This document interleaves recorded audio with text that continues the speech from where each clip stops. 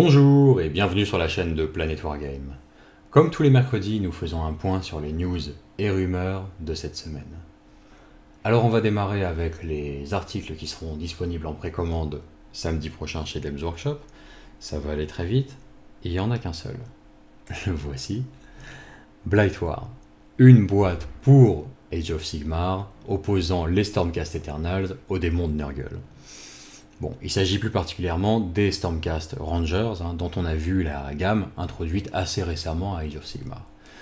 Alors même si l'essentiel de ces figurines était déjà connu et disponible auparavant, cette boîte apporte quand même plusieurs choses intéressantes. Outre bien sûr une réduction substantielle par rapport au prix additionné de toutes ces boîtes individuellement, cette boîte apporte également deux nouveaux personnages, que voici, bon, pour Nurgle, et pour les Stormcast, là, voilà. Bon, deux héros pleins de caractère, qui, j'en suis sûr, sauront trouver leur place dans le cœur des joueurs de cette armée. Mais une autre nouveauté intéressante également, c'est l'introduction de règles d'aptitude d'allégeance pour les armées de Nurgle.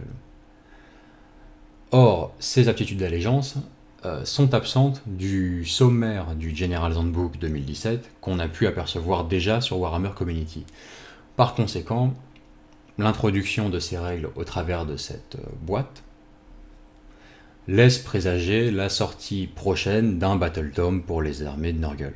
Voilà, parce que pour vraiment élargir le champ d'application de ces aptitudes d'allégeance, bon, quoi de mieux qu'un Battle Tome, il serait étonnant qu'elle ne bénéficie que à ceux qui auraient fait l'acquisition de cette boîte. Donc Battle Tome Nurgle bientôt, sans doute, avec ou sans nouvelles figurines au passage, ça, bon, ça demeure un mystère, mais je vous laisse vous faire votre opinion sur le sujet. Voilà pour ce qui était des news, donc on va passer aux rumeurs, même si je me suis déjà aventuré à faire quelques suppositions, mais voilà, là on est dedans, on est vraiment dans la rumeur. Même si pour certaines, elles sont extrêmement solides. Voici la couverture du codex Deathguard, on est toujours donc, du côté de Nurgle, mais à Warhammer 40 000 cette fois-ci. Ce codex sortira au mois de septembre. On n'a pas encore de date précise, mais première, deuxième semaine de septembre, voilà. Bon, en tout cas, c'est pour très bientôt. C'est pour très bientôt. Et alors, on a pu apercevoir au passage, toujours sur Warhammer Community, voilà, une photo d'une splendide armée Deathguard, avec Mortarion en pièce maîtresse.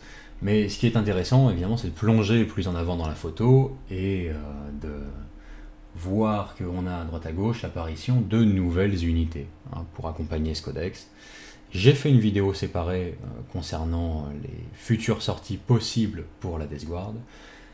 Et là, je suis assez content de constater que, pour l'essentiel, je ne me suis pas trompé.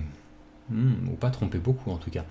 Puisque, voilà, on a de nouveaux plaques drones, on a des boîtes, voilà, des terminators d'élite, on a pas mal de choses, on a des plaques marines bien sûr, sous la forme d'un nouveau kit plastique, et on a, surtout si on zoome un peu sur la photo, voilà, la première photo à ce jour de Typhus, le vrai cette fois-ci. Bon, là je pense qu'il n'y a pas d'erreur possible, on reconnaît la forme caractéristique de la visière de son casque. Donc, sortie très prochaine pour ce codex Deathguard,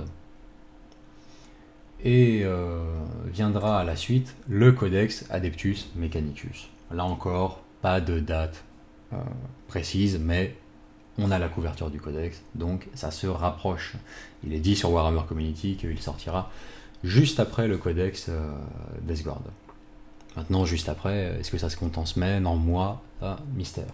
En tout cas, septembre-octobre, les joueurs de l'Adeptus Mechanicus pourront donc mettre la main sur ce nouvel ouvrage, et ils seront ravis d'apprendre que, cette fois-ci, le Codex Mechanicus contient les règles pour les Skitarii, pour l'Adeptus Mechanicus en eux-mêmes, pour les chevaliers également liés à cette faction. Donc un codex vraiment complet, hein, voilà, fini l'acquisition de 3 livres séparés comme en 7ème édition. Là, a priori, avec ce codex-là, vous aurez tout ce qu'il faut pour jouer, et on verra l'introduction de nouveautés telles que des règles spéciales correspondant au monde forge dont sont originaires les figurines de votre armée. C'est-à-dire qu'il y aura 7 mondes forge ayant des règles différentes, quoi. Donc ça fonctionne un peu à l'instar des tactiques de chapitre pour les Space Marines, ou des règles des légions pour ce qui est des Space Marines du chaos. Voilà. De la même manière, on aura des mondes forge pour l'Adeptus Mechanicus. Bon, très intéressant. On va s'aventurer un tout petit peu plus loin, voilà, dans la timeline des futures sorties, avec Warhammer Underworld Shadespire. Hein, le jeu dont on a vu déjà un teaser vidéo depuis le début de l'année, hein, maintenant. Il était annoncé pour la fin de l'année, et ben voilà, on sait que ce sera en octobre désormais. Bon, donc ça se rapproche, et pour rappel, voilà, il s'agit d'un jeu aux règles complètement différentes de ce qu'on peut connaître à Age of Sigmar, mais se déroulant tout de même dans le même univers, hein. Voilà, la boîte contient 3 Stormcast et 5 Khorne Bloodbound. Bon. Et il s'agit d'un jeu complètement différent, avec des mécaniques de jeu particulières et a priori novatrices, hein, reposant beaucoup sur les cartes, la construction d'un deck de cartes, etc. Un jeu plus orienté tournoi, compétition, hein, et voilà, avec beaucoup de granularité dans la customisation possible de ces figurines, des tactiques qui vont avec. Voilà. Donc très intéressant. Si vous voulez en apprendre davantage, je vous invite à vous rendre sur le site de Warhammer Community, parce que c'est là où pour l'instant il y a le plus d'informations. Il y a un article qui est paru récemment, et même s'il est en anglais, bien sûr. Voilà. Là, pour le coup, la meilleure manière de s'informer dessus, c'est d'aller à la source. On fera peut-être des vidéos au sujet de ce jeu sur Planet Wargame quand sa sortie sera plus proche et qu'on aura vraiment un meilleur aperçu des règles. Alors, il est temps de passer à la section Rumor Engine. Et le voilà. Bon.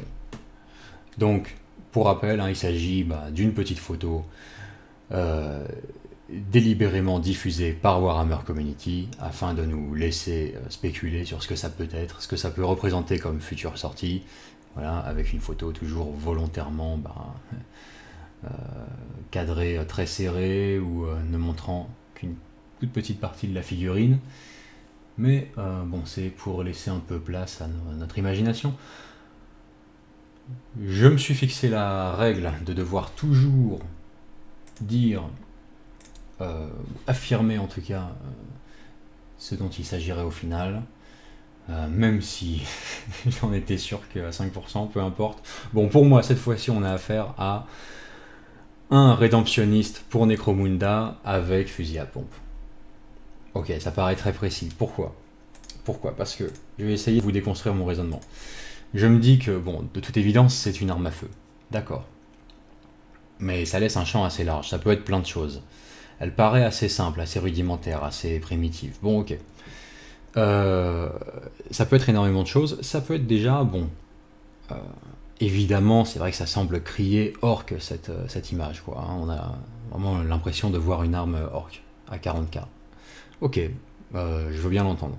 Maintenant, si on partait du côté d'Age of Sigmar, voilà, ça pourrait être des Dispossessed, Ironwield Arsenal, des choses comme ça, du Free People. Oui, ça me paraît aussi concevable. Bon. Côté 40k, évidemment, c'est les orques qui viennent en premier à l'esprit. Maintenant, voilà ce que je me dis. Pour essayer de vraiment viser juste avec ces Rumor Engine, il faut vraiment prêter une attention particulière aux détails. Et il faut essayer de se montrer intelligent. Alors c'est ce que j'ai tenté de faire, et on verra ce que ça va donner. Je me dis que la pièce qu'on regarde est vraisemblablement très petite en fait. Très petite. Il ne s'agit pas d'un Shoota orc dont la taille et l'échelle sont assez grosses. Hein.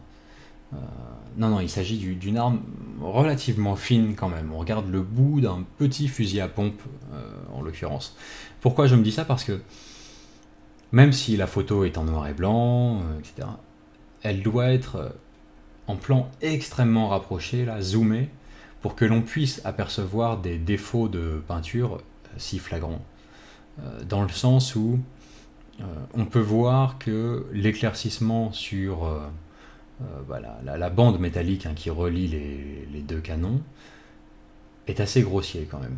On peut voir que l'avis qui a été versé sur l'avant vraiment de l'arme, il a quand même bien coulé, vous voyez, avec une certaine inclinaison, en bas du canon qu'on voit en haut. Hein. Oui, ok, c'est pas très clair. Bref, vers le centre de l'arme, quoi. Et c'est des détails que je pense le studio de peinture Games Workshop ne laisserait pas passer ça habituellement. Quoi. Donc là, c'est parce qu'on a vraiment un plan très très très rapproché. Et la figurine à distance, à laquelle on peut regarder une figurine habituellement, hein, même jusqu'à 20 cm, ça paraîtrait sans défaut, mais vu de si près, ça en a. Voilà.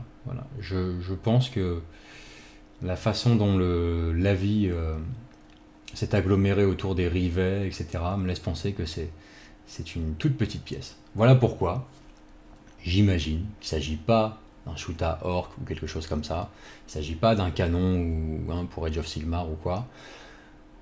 Je pense qu'il s'agit d'un fusil à pompe. Et puisque Necromunda est annoncé pour bientôt avec une ressortie de tous les gangs existants, il peut s'agir d'une pièce pour Necromunda. Pourquoi les rédemptionnistes? Parce que j'en ai envie déjà, parce que c'est vraiment le gang que j'attends le plus, et enfin parce que en regardant les vieilles figurines, ils font partie de ceux sur lesquels j'ai vu le plus souvent le fusil à pompe comme ça, à double canon réapparaître, quoi. Donc ça peut être pour un autre gang, mais je pense que c'est lié à Necromunda. Enfin bon, on verra bien. Sur ce, il me reste plus qu'à vous souhaiter une bonne peinture, bonne partie, et à très bientôt.